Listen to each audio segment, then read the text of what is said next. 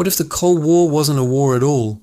What if it was the single most profitable business arrangement in human history? A carefully managed conflict where the two biggest enemies on the planet were secretly each other's most valuable client. We were told it was a battle for the soul of humanity. Capitalism versus communism. Freedom versus tyranny. But behind the iron curtain of propaganda, a different game was being played.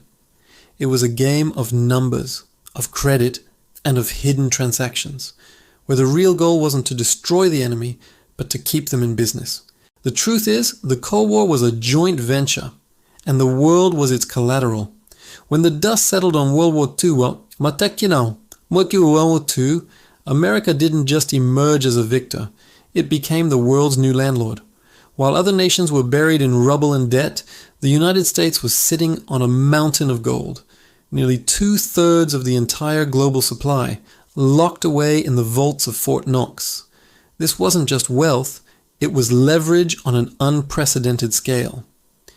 At a conference in Bretton Woods, New Hampshire, the US made the world an offer it couldn't refuse. The American dollar, pegged to gold at a fixed rate of $35 an ounce, would become the planet's reserve currency. Every other nation would peg their own currency to the dollar. It was a move of pure genius, disguised as global stability. With a single treaty, America seized control of the world's financial operating system. From that moment on, if you wanted to trade, to rebuild, to borrow, or to simply exist on the world stage, you had to do it in dollars.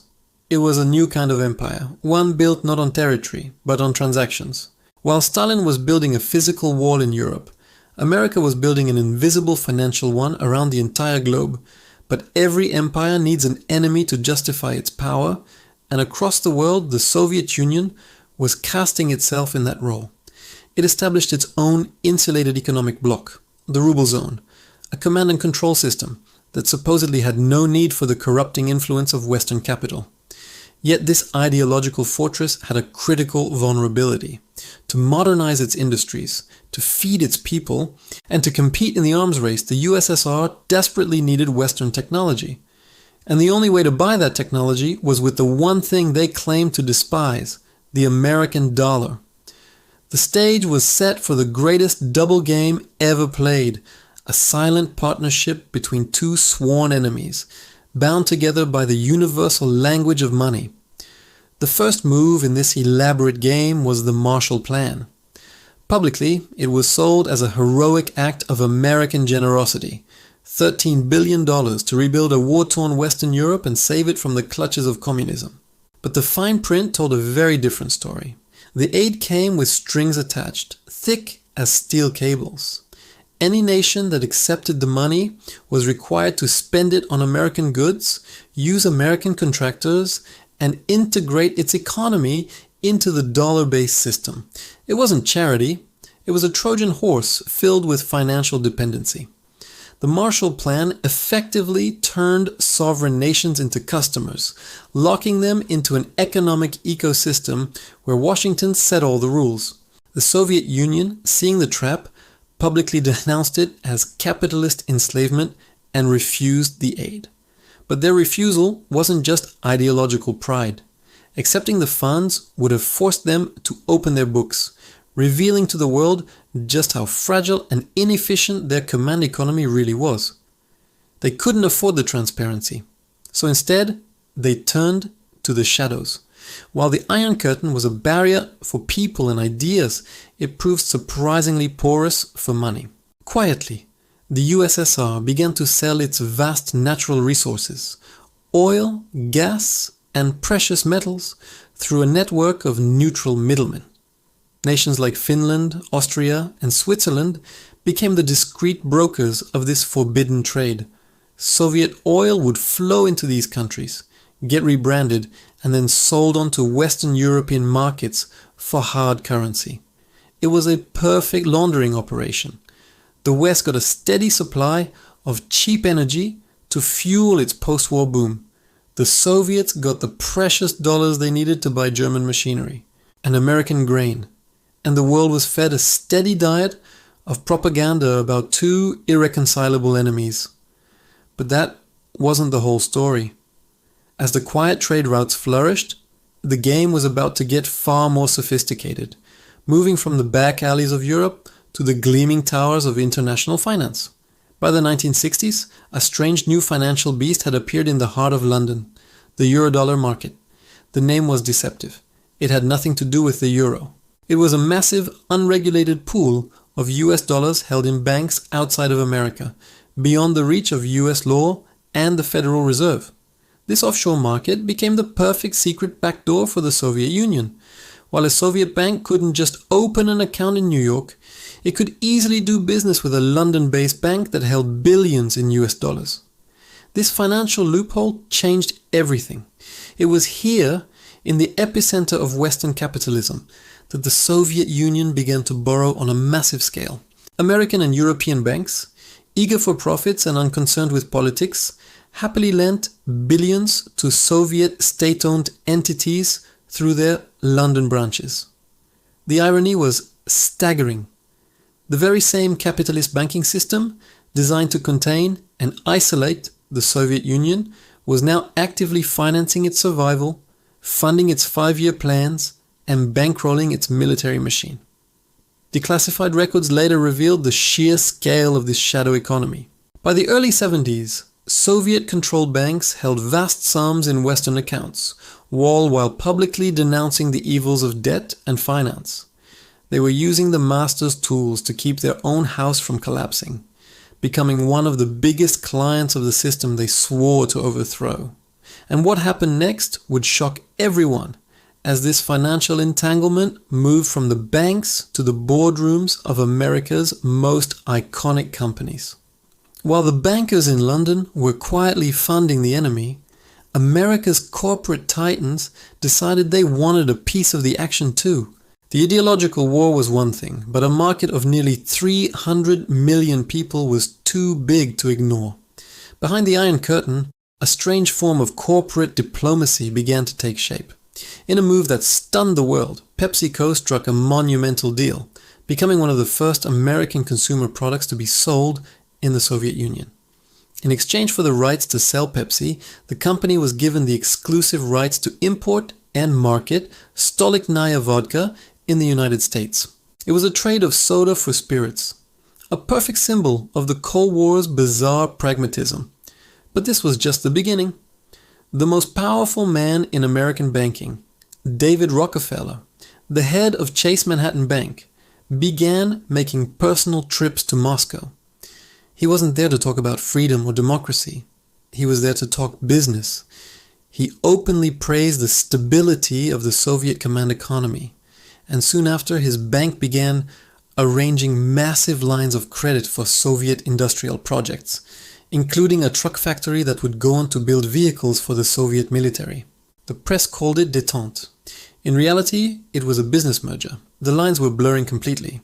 American corporations, the supposed champions of free market capitalism, were eagerly propping up a communist regime, all in the name of quarterly earnings.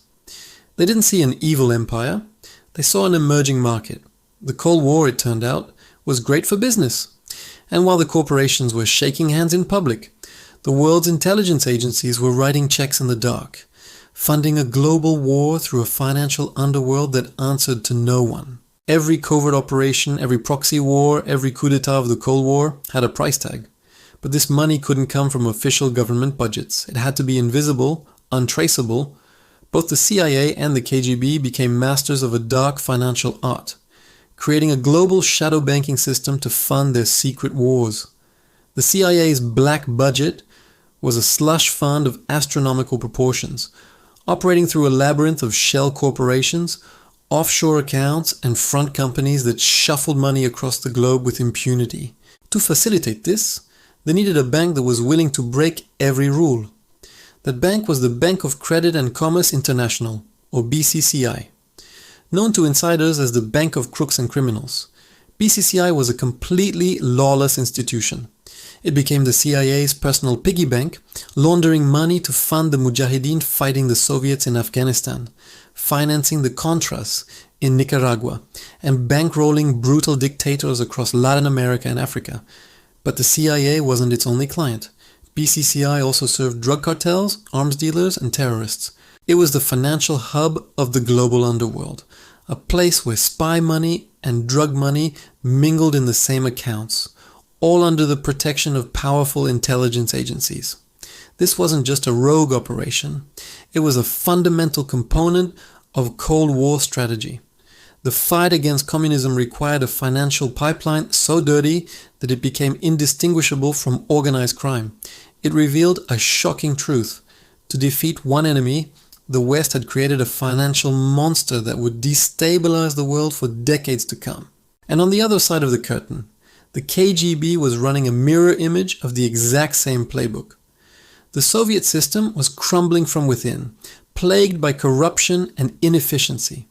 To keep the machine running, they needed to get their hands on cutting-edge Western technology, computers, microchips, and industrial equipment that were all under strict embargo. So the KGB launched its own massive industrial espionage operation, disguised as international trade. They established a network of front companies in neutral countries like Austria, Finland, and Liechtenstein, staffed by intelligence officers posing as legitimate businessmen. These firms used the dollar reserves earned from oil sales to illegally acquire embargoed technology. They would buy an entire production plant from Germany, a computer system from the United States, or sophisticated machine tools from Japan, then secretly ship them back to the Soviet Union.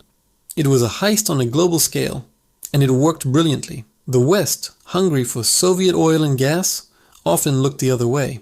Western banks facilitated the transactions, and Western corporations, eager for a sale, rarely asked too many questions about the final destination of their products. By the 1980s, at the very same moment, President Reagan was famously calling the USSR the evil empire.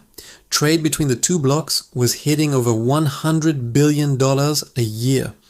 The public rhetoric was fire and brimstone, but behind the scenes, it was business as usual. The two superpowers were locked in a strange, codependent embrace. Each side was too deeply invested in the other to ever let the system truly collapse. But the biggest financial sleight of hand was yet to come, a move that would untether the entire global economy from reality and turn the US dollar into the ultimate weapon. By 1971, the American financial empire was beginning to show cracks. The fixed link between the dollar and gold, the very foundation of the Bretton Woods system, had become a golden cage. With the immense cost of the Vietnam War and domestic spending, the US was printing far more dollars than it could ever back with its gold reserves. Other nations, particularly France, saw the writing on the wall and began demanding their gold back in exchange for the dollars they held. A run on Fort Knox was imminent. In a move that sent shockwaves across the globe, President Nixon made a stunning announcement. The United States was officially closing the gold window. The dollar would no longer be redeemable for gold. In an instant, the world's primary currency was severed from anything of tangible value. It became a pure fiat currency, backed by nothing more than a promise from the US government.